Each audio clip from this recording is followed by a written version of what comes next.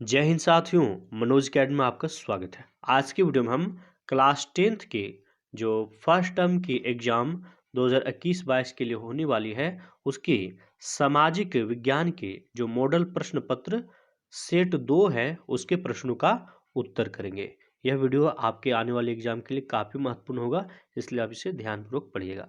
साथियों, इससे पहले मैं सेट 1 का भी प्रश्नों का उत्तर करा दिया हूँ। आपने नहीं देखे हैं तो मेरे चैनल का प्लेलिस्ट में जाके वो देख सकते हैं, या फिर मैं इस वीडियो के डिस्क्रिप्शन बॉक्स में उसका लिंक डाल दूंगा, वहां से आप जाके देख लीजिएगा। तो चलिए देर न करते हुए शुरुआत करते हैं। देखते हैं पहला प्रश्न, जो सेट पेपर 2 है उसका पहला प्रश्न है। देखिए, है कि 1789 ईस्वी में फ्रांस की क्रांति के समय किसका शासन था? जब 1789 ईस्वी में फ्रांस की क्रांति चल रही थी तो उसमें कौन शासक था? तो इस पहले प्रश्न का सही उत्तर हो जाएगा ऑप्शन ग हो जाएगा लुई 16वां। अब देखिए दूसरा प्रश्न है द स्पिरिट ऑफ लॉ। दूसरा प्रश्न है द स्पिरिट ऑफ लॉ नामक पुस्तक का लेखक कौन था? तो द स्पिरिट ऑफ लॉ नामक पुस्तक का लेखक, इसका सही उत्तर हो जाएगा ऑप्शन ख हो जाएगा मॉन्टेस्क्यू। सही उत्तर ऑप्शन ख। तीसरा प्रश्न है कि यह कथन किसका है? यह कथन किसका है कि जब फ्रांस छींकता है तो बाकी यूरोप को सर्दी जुकाम हो जाता है? तो ये किसका कथन है? तो इस तीसरे प्रश्न का सही उत्तर हो जाएगा ऑप्शन क हो जाएगा मैटरनिक। मैटरनिक का कथन है। चौथा प्रश्न है कि जर्मनी का एकीकरण कब पूरा हुआ? काफी महत्वपूर्ण प्रश्न है, ध्यान रखिएगा। जर्मनी का एकीकरण कब पूरा हुआ? तो इस चौथे प्रश्न का सही उत्तर हो जाएगा ऑप्शन ग हो जाएगा 1871 ईस्वी में जर्मनी का एकीकरण का हुआ था। अब आगे का प्रश्न देखते हैं। पांचवा प्रश्न है फ्रेडरिक सारियो कौन था? फ्रेडरिक सारियो कौन था?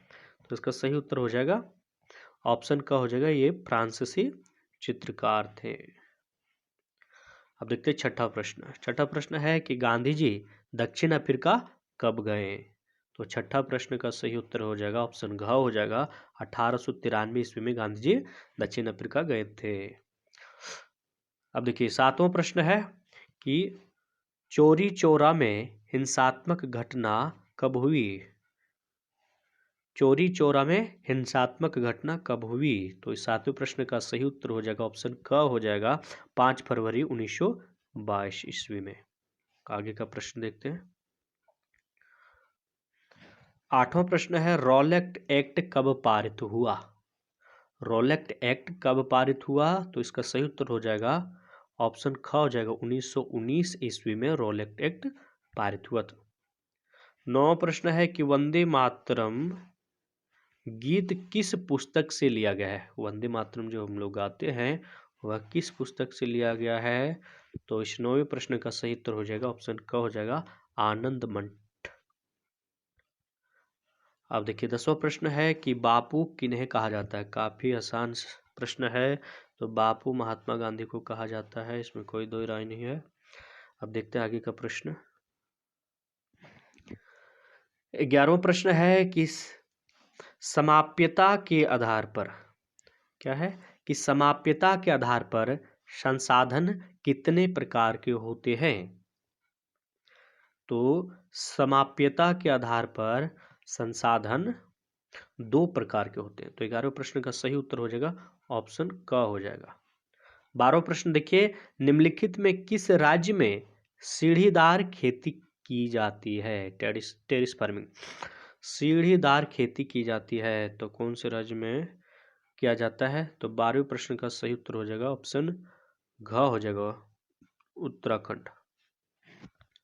अब 13वां प्रश्न देखिए है कि पूर्वी तट के नदी डेल्टाओं पर किस प्रकार की मृदा पाई जाती है? पूर्वी तट के नदी डेल्टाओं पर किस प्रकार की मृदा पाई जाती है? तो इसका सही उत्तर हो जाएगा ऑप्शन ग हो जाएगा जलोढ़ मृदा पाई जाती है, ऑप्शन ग। अब देखते हैं आगे का प्रश्न। देखिए 14वां प्रश्न है कि किस मृदा को रेगर या स्वतः जुताई वाली मृदा भी कहते हैं? तो किस मृदा को कहते हैं? तो काली मृदा को। तो 14वें प्रश्न का सही उत्तर ऑप्शन क हो जाएगा, काली। 15वां प्रश्न है कि इनमें से कौन सा संरक्षण तरीका समुदायों की सीधी भागीदारी नहीं करता है?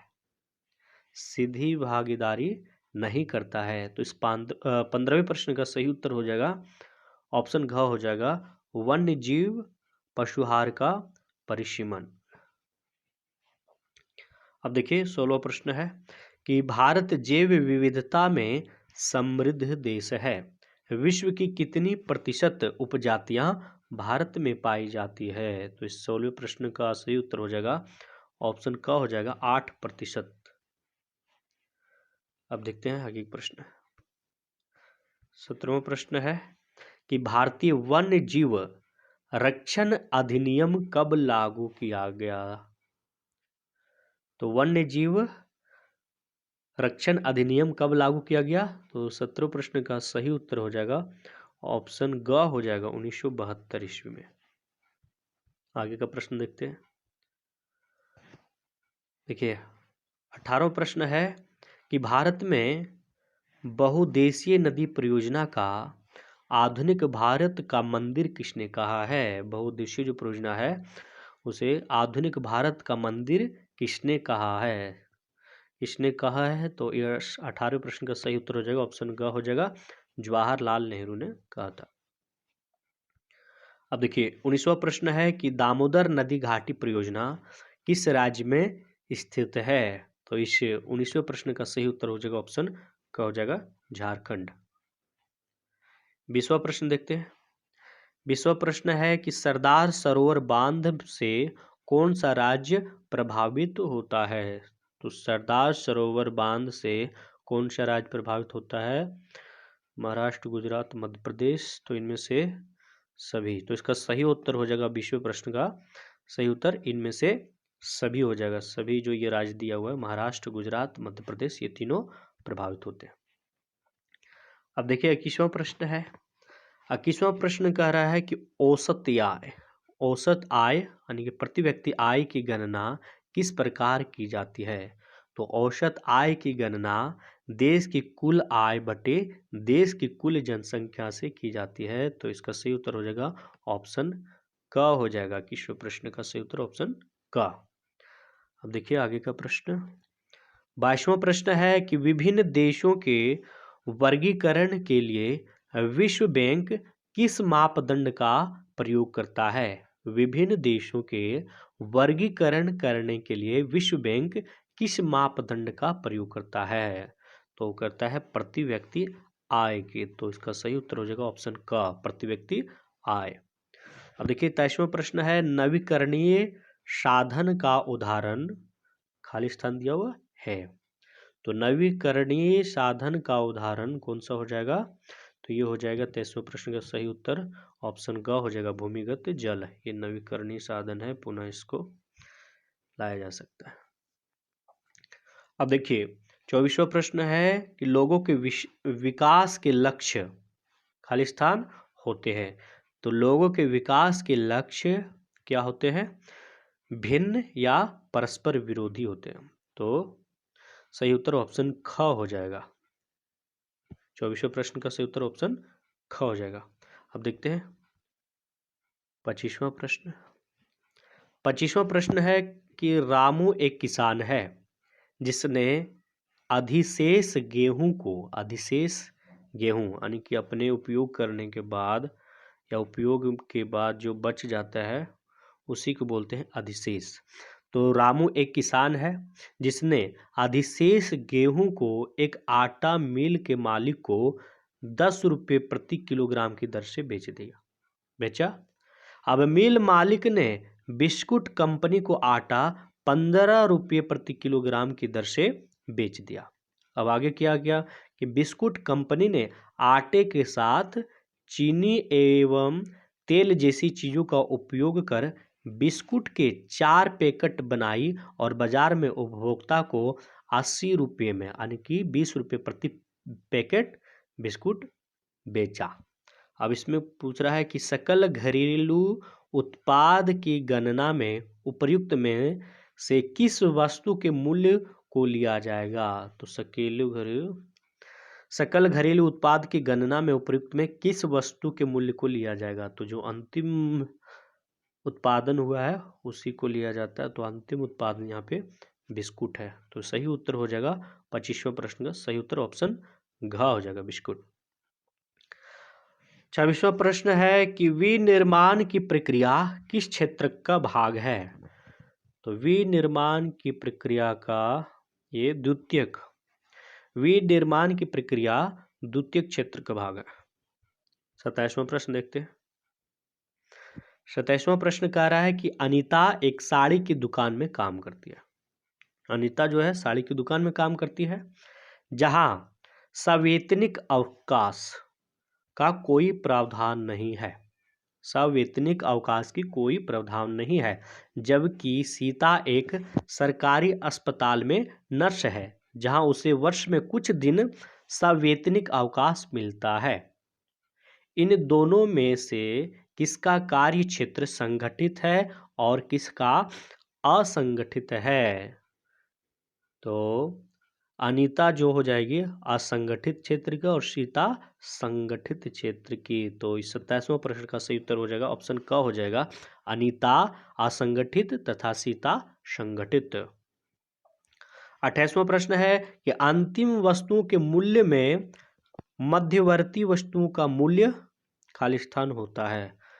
मध्यवर्ती वस्तुओं का मूल्य पहले से ही शामिल, बाद में शामिल, शामिल नहीं, उपरोक्त में से कोई नहीं। तो इस 28वें प्रश्न का सही उत्तर हो जाएगा ऑप्शन का, पहले से ही शामिल होता है। अब देखिए 29वां प्रश्न क्या कर रहा है। 29वां प्रश्न है कि राष्ट्रीय ग्रामीण रोजगार गारंटी अधिनियम कब अस्तित्व में आया? कब अस्तित्व में आया? तो यह आया था 29वां प्रश्न का सही उत्तर हो जाएगा ऑप्शन क हो जाएगा 2005 ईस्वी में। राष्ट्रीय ग्रामीण रोजगार गारंटी अधिनियम ये 2005 ईस्वी में आया था। 30वां प्रश्न है कि भंडारण को किस क्षेत्र में शामिल किया जाता है? तो भंडारण को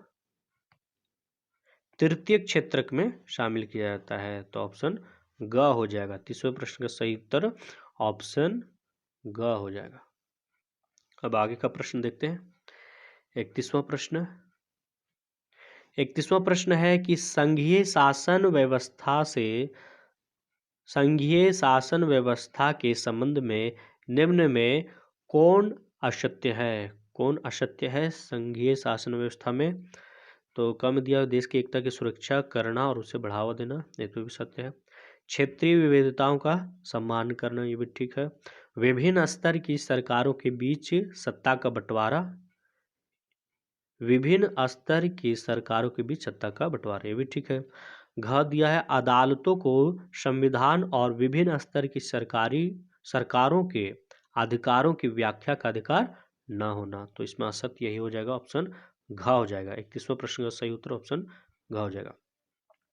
अब देखिए 32वां प्रश्न है कि बेल्जियम में फ्रेंच भाषा बोलने वाला का प्रतिशत कितना है? तो बेल्जियम में फ्रेंच भाषा बोलने वालों का प्रतिशत हो जाएगा ये 40%। 32वें प्रश्न का सही उत्तर हो जाएगा ऑप्शन ग हो जाएगा। अब देखिए 33वां प्रश्न है कि श्रीलंका में तमिल को कब राजभाषा घोषित किया गया? तमिल को, ये प्रश्न थोड़ा गलत लग रहा है। तमिल यहाँ नहीं, यहाँ सिंघली होना चाहिए था। कब घोषित किया गया? तो ऑप्शन जो दिया हुआ है उसके अनुसार तो नहीं है। तमिल, देखिए तमिल अगर सिंघली रहता, इसमें दिया हुआ रहता ऑप्शन, तो ऑप्शन का हो जाता 1956 में सिंघली को राजभाषा घोषित किया गया था। तो ये प्रश्न थोड़ा गलत लग रहा है।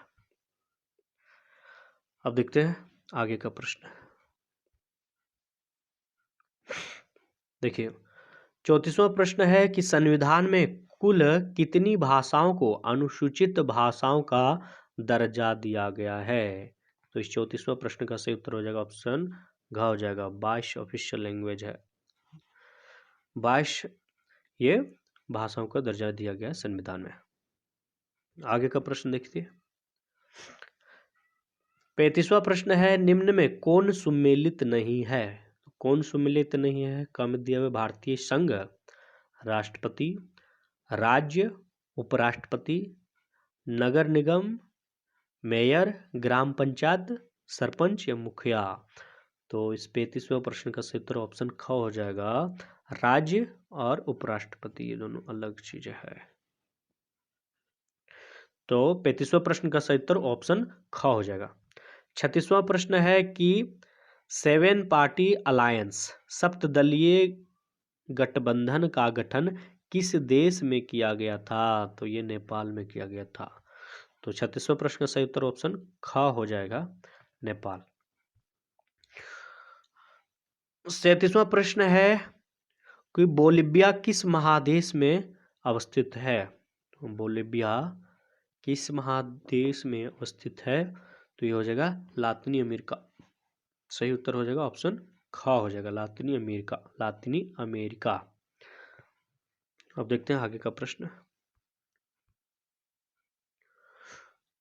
38वां प्रश्न है कि बोलिविया में जल युद्ध नामक आंदोलन का नेतृत्व किसने किया था? बोलिविया में जल युद्ध नामक आंदोलन का नेतृत्व किसने किया था? तो फेडेकोर ने किया था। तो इसका सही उत्तर हो जाएगा ऑप्शन क हो जाएगा, फेडेकोर। 39वां प्रश्न है कि इनमें से कौन सा कथन असत्य है? कौन सा कथन दिया हुआ 39वें प्रश्न के लिए जो असत्य है? तो देखते हैं। क में कह रहा है कि राजनीतिक दल राजनीतिक पक्ष लेते हैं जबकि दबाव समूह राजनीतिक मसलों की चिंता नहीं करते हैं। तो ये तो सही लग रहा है। अब खाम कह रहा है दबाव समूह कुछ लोगों तक ही सीमित होते हैं जबकि राजनीतिक दल का दायरा ज्यादा लोगों तक फैला रहता है। ये भी सही है। ग कह रहा है दबाव समूह सत्ता में नहीं आना चाहते जबकि राजनीतिक दल सत्ता हासिल करना चाहते हैं। ये भी सही लग रहा है। घा है दबाव समूह और राजनीतिक दल समान प्रकृति के हैं। तो ये गलत है। दबाव समूह और राजनीतिक दल दोनों अलग प्रकृति है, समान नहीं है। अब देखिए 40वां प्रश्न है, नेपाल में SPA 7 पार्टी अलायंस ने किसे अंतरिम सरकार का प्रधानमंत्री चुना था? नेपाल में जो है SPA 7 पार्टी अलायंस ने किसे अंतरिम सरकार का प्रधानमंत्री चुना था? तो इस 40वें प्रश्न का सही उत्तर हो जाएगा ऑप्शन क हो जाएगा, गिरिजा प्रसाद कोइराला, गिरिजा प्रसाद कोइराला। तो इस तरह जो ये सोशल साइंस का मॉडल प्रश्न जो है दूसरा, उसके प्रश्नों का उत्तर हुए। साथियों, आपको ये वीडियो कैसा लगा आप हमें कमेंट करके अवश्य बताएं। और अभी तक आपने हमारे चैनल को सब्सक्राइब नहीं किए हैं तो कृपया सब्सक्राइब अवश्य कर लीजिएगा। आपका बहुत बहुत धन्यवाद।